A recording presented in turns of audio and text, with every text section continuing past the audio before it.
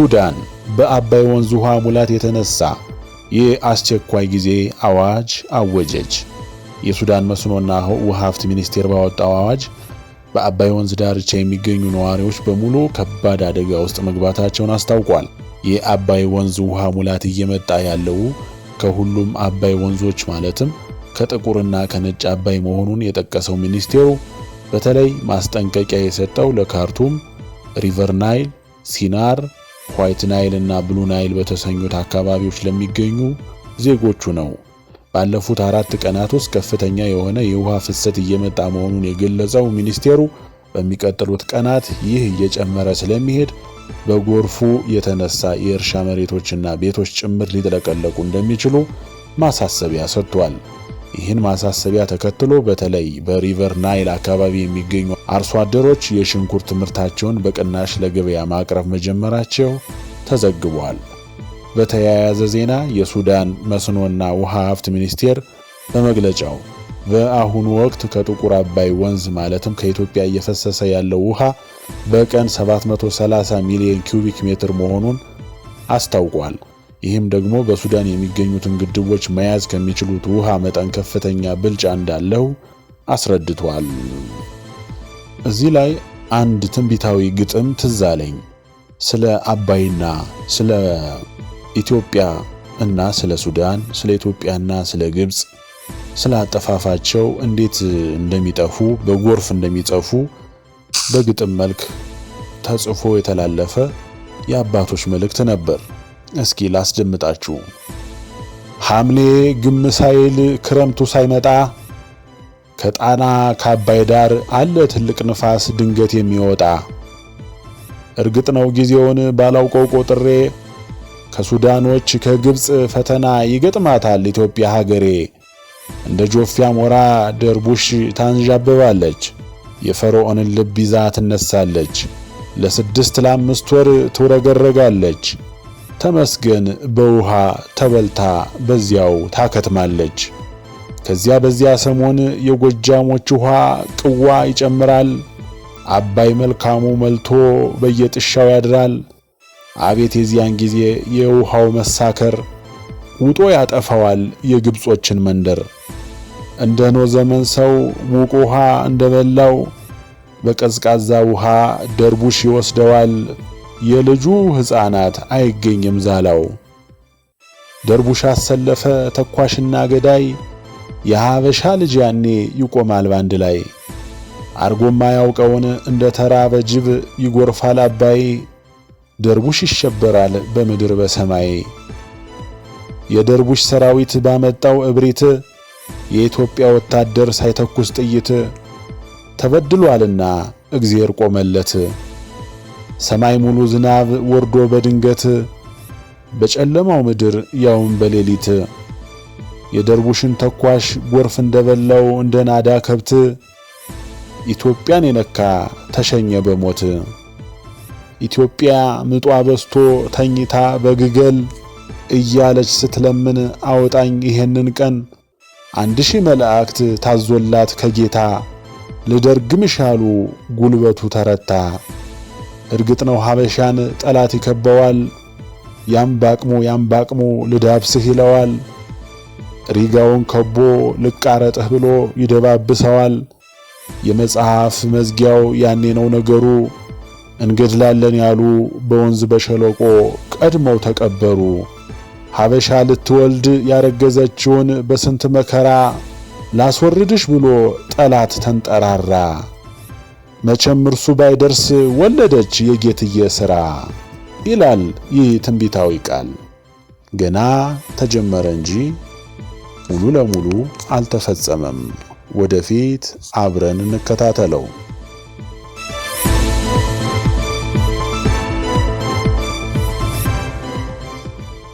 ሰበር ዜና።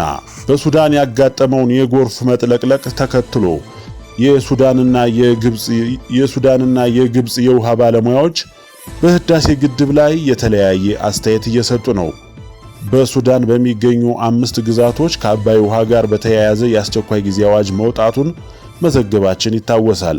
በሱዳን ግብርና መስኖ ሚኒስቴር ስር የሚገኙ የአባይ ውሃ ጉዳዮች አስተዳደር በበኩሉ በአባይ ወንዝ ዳርቻ ላይ የሚገኙ በሙሉ ንብረታቸውንና ሕይወታቸውን ለመጠበቅ አስፈላጊውን እርምጃ እንዲወስዱ ማሳሰቢያ ሰጥቷል። የወንዙ ውሃ ፍሰት በሳምንቱ መጨረሻ ቀናት እየጨመረ እንደሚሄድም አስጠንቅቋል።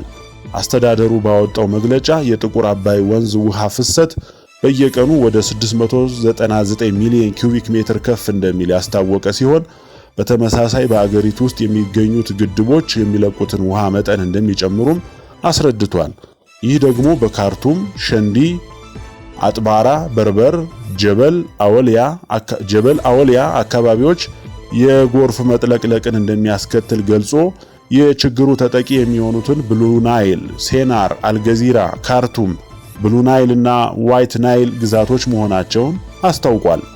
ስለ ጉዳዩ ከሬዲዮ ዳባንግ የተጠየቁት ሱዳናዊው የግድብና መሰረተ ልማት አማካሪ አቡባከር ሙስጦፋ የዚህ ችግር ምንጭ እንደሚባለው የህዳሴው ግድብ ሳይሆን የዓለም የአየር ጸባይ ለውጥን ተከትሎ የተከሰተው ከፍተኛ ዝናብ መሆኑን ገልጸዋል። በአልኒኖ የተነሳ የውቅያኖሶች ሙቀት መጨመሩን ጠቅሰው ካለፈው ዓመት አንስቶ በአገሪቱ ውስጥም ከዚህ ቀደም ባልታየ መልኩ የሚጥለው ዝናብ ከፍተኛ መሆኑን አስረድተዋል። ዘንድሮ በአንዳንድ አካባቢዎች ላይ በቀን ከ150 ሚሊ ሜትር በላይ የሆነ ዝናብ እየጣለ መሆኑን የጠቀሱት ባለሙያው ይህም በከተሞች ውስጥ የጎርፍ መጥለቅለቅን ማስከተሉን አስታውቀዋል። ጨምረውም አጥባራ ወንዝ ካለፉት ወራት ጀምሮ ከ550 ሚሊዮን ኪዩቢክ ሜትር በላይ ውሃ መያዙን ጠቅሰው ይህም ከዚህ ቀደም ከነበሩት ዓመታት እጥፍ መሆኑን አስረድተዋል። ኢንጂነር አቡባከር መግለጫውን በመቀጠል የህዳሴው ግድብ ከነሐሴ ወር አንስቶ ተዘግቷል። መጠነኛ ውሃ እያሳለፈ ያለው በተርባይኖቹ በኩል ነው ካሉ በኋላ ይህም ሱዳንን ከከፋ ጥፋት እንደታደጋት ገልጸዋል። ጨምረውም የህዳሴው ግድብ ቢከፈትና ወደ አጥባራ ወንዝ ውስጥ ቢቀላቀል ኖሮ የወንዙ ውሃ መጠን ከ1 ቢሊዮን ኪዩቢክ ሜትር ይበልጥ እንደነበር አስታውቀዋል። በሌላ በኩል የካይሮ ዩኒቨርሲቲ የጂኦሎጂና ውሃ ሀብት ፕሮፌሰር የሆኑት አባስ ሻራኪ የሚሉት ተቃራኒውን ነው። እኒህ ፕሮፌሰር ለአሶሲኤትድ ፕሬስ በሰጡት መግለጫ በሱዳን ለተፈጠረው ጎርፍ መነሻው ተፈጥሯዊ ክስተት ሳይሆን ሰው ሰራሽ ስህተት ነው ብለዋል። ሲያብራሩም በግብርና ወቅት ሱዳን ከህዳሴው ግድብ ከሚፈሰው ውሃ ተጠቃሚ ብትሆንም አሁን ባለው ሁኔታ ግን ከጥቅም ይልቅ ጉዳት እያስከተለባት ነው ያሉ ሲሆን ኢትዮጵያ ከሰኔ እስከ ነሐሴ ባለው ጊዜ ውስጥ ያከማቸቻቸው ውሃ በግድቡ ላይ ተጨማሪ ሸክም እንደፈጠረባት አስረድተዋል። ሲቀጥሉም በውሃ ማጠራቀሚያ ውስጥ ያለውን ውሃ ለመቀነስ ይረዳሉ የተባሉት 4ቱ ተርባይኖች ወደ ሥራ ሳይገቡ በመቅረታቸው ኢትዮጵያ በዚህ ሳምንት ከፍተኛ መጠን ያለውን ውሃ ወደ ሱዳን እንድትለቅ አድርጓታል በማለት ተናግረዋል። በተያያዘ ዜና በሱዳን ዋና ከተማ ካርቱም አቅራቢያ የደረሰውን ከባድ የጎርፍ መጥለቅለቅ ተከትሎ ግብጽ ለተከሰተው አደጋ የኢትዮጵያን ህዳሴ ግድብ ተጠያቂ አደረገች። የግብጽ የውጭ ጉዳይ ሚኒስቴር ኢትዮጵያ የግድቡን አሞላልና የውሃ አለቃቀቅ በተመለከተ ቅንጅት በጎደለው መልኩ በራሷ ፍላጎት ብቻ ማንቀሳቀሷ በሱዳን አሰቃቂ ጎርፍ መጥለቅለቅ እንዲከሰት አድርጓል ሲሉ ከሰዋል። ይህ አዲስ ውዝግብ በህዳሴው ግድብ ዙሪያ ለዓመታት የዘለቀውን አለመግባባት እንደገና ያጦፈው ሲሆን የሱዳን ግድቦችም ለአደጋ ሊጋለጡ እንደሚችሉ ስጋቶች እየተገለጹ ነው። የግብጽ የውጭ ጉዳይ ሚኒስቴር ባድር አብደላቲ ኢትዮጵያ ዓለም አቀፍ ሕግን በግልጽ እየጣሰች ነው ሲሉ ወንጅለዋል። ሚኒስቴሩ ለአልአረቢያ አልሃዳት በሰጡት ቃል አባይ በአንድ ሀገር ሉዓላዊነት ስር ያለ የአካባቢ ወንዝ ሳይሆን በዓለም አቀፍ ስምምነቶች የሚተዳደር ዓለም አቀፍ ወንዝ ነው ብለዋል። ሚኒስቴሩ አክለውም ለረጅም ጊዜ የሚቆይ ድርቅ ቢከሰትና እስከ 5 ዓመት ቢዘልቅ በግብጽና በሱዳን ላይ የሚያስከትለው ተጽዕኖ አሰቃቂ እንደሚሆን አስጠንቅቀዋል። በግድቡ ዙሪያ የሚደረጉ ንግግሮችም ሙሉ በሙሉ መቀዛቀዛቸውን ገልጸዋል። የግብጽ ክስ የመጣው የሱዳን የመስኖ ሚኒስቴር በበኩሉ በነጩ አባይ ላይ የታየው የውሃ መጠን መጨመር በኢትዮጵያ ከጣለው ከባድ ዝናብና ከህዳሴው ግድብ ከተለቀቀው ውሃ ጋር የተያያዘ መሆኑን ከገለጸ በኋላ ነው። እንደ አልአረቢያ ዘገባ በነጩ አባይ ላይ የተከሰተው የውሃ መጠን መጨመር ከካርቱም በስተደቡብ በሚገኙ አካባቢዎች ለ6 ተከታታይ ቀናት ከባድ የጎርፍ መጥለቅለቅ አስከትሏል። የጎርፍ ውሃው በርካታ መንደሮችንና ሰፈሮችን ያወደመ ሲሆን በተለይ ሻቂላቭ የተሰኘው ሰፈር ሙሉ በሙሉ በውሃ ተከቦ ወደ ተንሳፋፊ ደሴትነት ተቀይሯል። በአሁኑ ወቅት የሰፈሩ መንገዶችና አደባባዮች በውሃ የተጥለቀለቁ ሲሆን ነዋሪዎች ከቤት ወደ ቤት ለመንቀሳቀስ በትንንሽ ጀልባዎች ለመጠቀም ተገደዋል። በጉዳዩ ላይ ስጋታቸውን የገለጹት የካይሮ ዩኒቨርሲቲ የጂኦሎጂና የውሃ ሀብት ፕሮፌሰር አባስ ሻራኪ ከህዳሴው ግድብ የሚለቀቀው ከፍተኛ መጠን ያለው ውሃ ለአንድ ሳምንት ከቀጠለ የሱዳንን የሮሴረስ ግድብ ለአደጋ ሊያጋልጠውና እንዲፈርስ ሊያደርገው ይችላል ሲሉ አስጠንቅቀዋል። ፕሮፌሰሩ እንዳሉት ምንም እንኳን ከግድቡ የሚለቀቀው የውሃ መጠን ማክሰኞ ዕለት ከ750 ሚሊዮን ኩቢክ ሜትር ወደ 633 ሚሊዮን ኩቢክ ሜትር ቢቀንስም አሁንም በዚህ ወቅት ከሚለቀቀው መደበኛ መጠን ማለትም 300 ሚሊዮን ኩቢክ ሜትር በእጥፍ ይበልጣል። የሳተላይት ምስሎችም የጎርፍ ውሃው በሰማያዊ አባይ በካርቱምና ከዋና ከተማዋ በስተሰሜን በሚገኙ አካባቢዎች ሰፊ የእርሻ መሬቶችንና መንደሮችን እንዳጥለቀለቀ ያሳያሉ። ውዝግቡን የበለጠ ያጦፈው የግብጽ የውሃ ሀብትና መስኖ ሚኒስቴር ሃኒ ሴዊላም የሰጡት ጠንካራ መግለጫ ነው። ሚኒስቴሩ ኢትዮጵያ በግድቡ ምዕራፎች የያዘችው ውሃ ከግብጽና ከሱዳን ህጋዊ የውሃ ድርሻ የተወሰደ ነው ብለዋል። ይህ ግድብ ህገወጥ ነው፣ ወደፊትም ህገወጥ ሆኖ ይቀጥላል። የአሁኑም ሆነ መጪው ትውልድ በሶስቱም ሀገራት ላይ ህጋዊ ተፈጻሚነት ያለው ስምምነት እስካልተደረገ ድረስ ይህንን እንደተለመደ ወይም እንደ እውነት አድርጎ መቀበል የለበትም ሲሉ ለግብጽ ህዝብ መልእክት አስተላልፈዋል።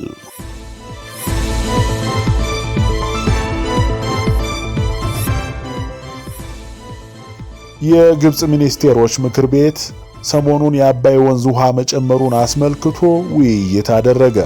አህራም የተሰኘው የግብጽ መንግስታዊ ዜና አውታር እንደገለጸው ዛሬ በተከናወነው በሳምንታዊው የሚኒስቴሮች ምክር ቤት ስብሰባ ላይ የአባይ ወንዝ ጉዳይ በአጀንዳነት ቀርቧል።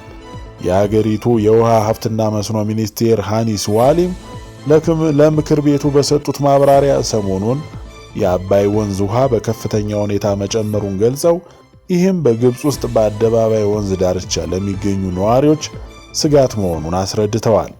የወንዙ ውሃ ፍሰት መጨመሩ ያስከተለው ጎርፍ በሱዳን ውስጥ በሚገኙ ማህበረሰቦች ላይ ከፍተኛ ተጽዕኖ መፍጠሩን አስታውቀው ይህ በግብጽ እንዳይደገም የጥንቃቄ እርምጃ በመውሰድ ላይ መሆናቸውን ገልጸዋል።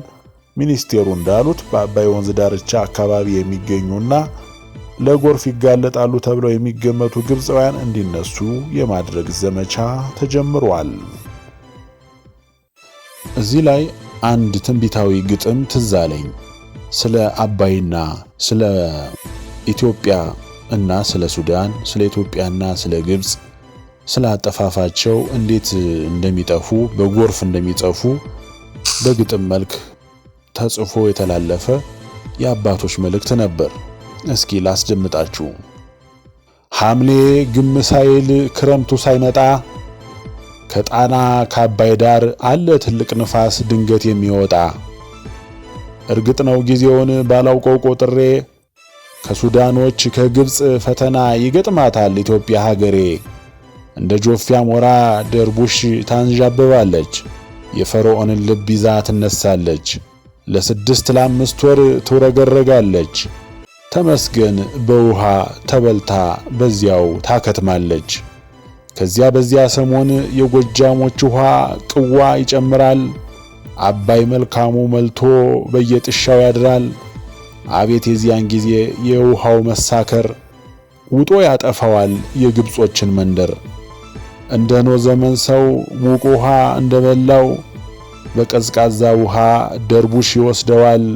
የልጁ ሕፃናት አይገኝም ዛላው። ደርቡሽ አሰለፈ ተኳሽና ገዳይ፣ የሀበሻ ልጅ ያኔ ይቆማል ባንድ ላይ። አርጎማ ያውቀውን እንደ ተራበ ጅብ ይጎርፋል አባይ፣ ደርቡሽ ይሸበራል በምድር በሰማይ። የደርቡሽ ሰራዊት ባመጣው እብሪት የኢትዮጵያ ወታደር ሳይተኩስ ጥይት ተበድሏልና እግዚአብሔር ቆመለት።